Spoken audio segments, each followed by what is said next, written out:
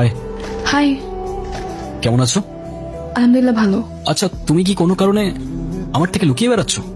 কেন লুকাবো? আমি কি তোমাকে ভয় পাই?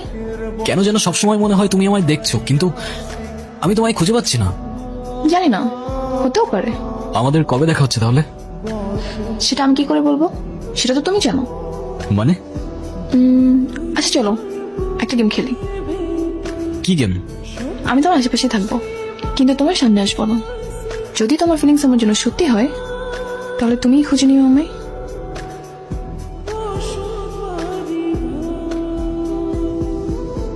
হাই। হাই।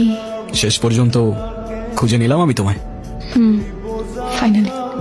তারপর? তারপর প্রশ্ন তো আছে অনেক, কিন্তু করতে চাই না। তাহলে এখন সত্যি করে বলো তো, তুমি আমার নাম্বার কোথায় পেলে? It's magic. আরে কাম অন, বলো না। শুনো, জাদুঘর কখনো তার রহস্য ফাঁস করে না। ওকে। তুমি দেশে কবে ফিরছো? দেশে? এখন তো আমি দেশে যাচ্ছি না। তো কেন? কারণ তো অনেক। ওখানে আমি শুধুমাত্র অন্য কারো লেখা ক্যারেক্টার, আর এখানে আমি আমার মতো। আচ্ছা, তুমি আবার চলে যাবে না তো? হঠাৎ করে আবার হারিয়ে যাবে না তো আমার থেকে? যেতে তো হবেই। মানে? মানে বাসায় তো যেতেই হবে। Oh yeah, right right. Bye. By.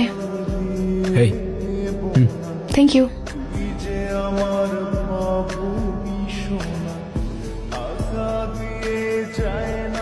কি রে আদনান, কি হচ্ছে তোর? মনটা খারাপ লাগছে কেন? কিছু না মা, এমনি ভালো লাগছে না। চিন্তা করিস না বাবা, সব ঠিক হয়ে যাবে। আমি দোয়া পড়ে দিব। হ্যাঁ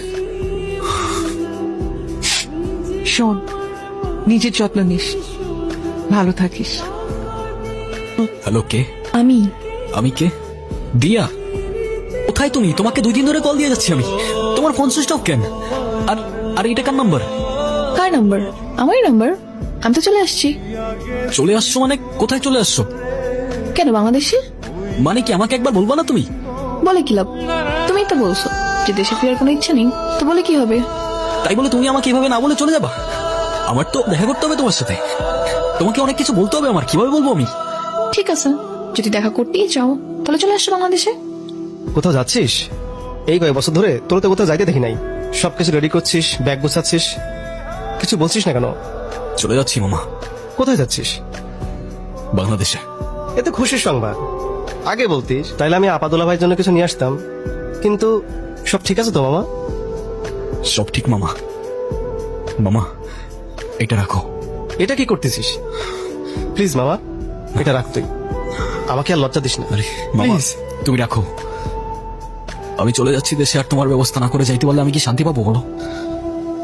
তোমার সাথে দেখা হবে আবার ইনশাল্লাহ, দেশের মাটিতে। ভালো থাকিস। সাবধানে থেকো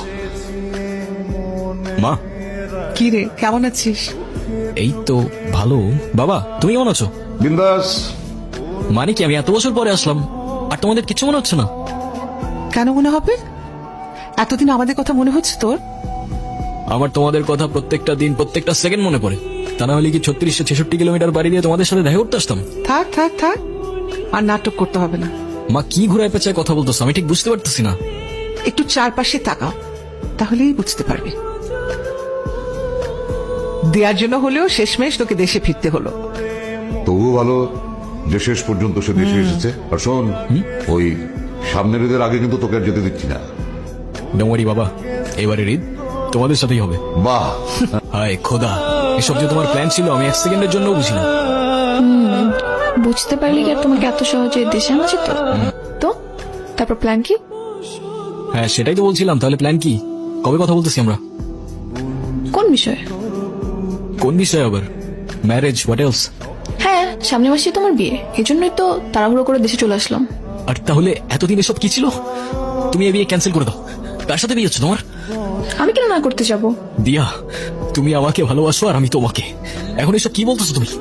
সরি, আমি তোমার এসব কথার অ্যান্সার দিতে একদমই ইন্টারেস্টেড না।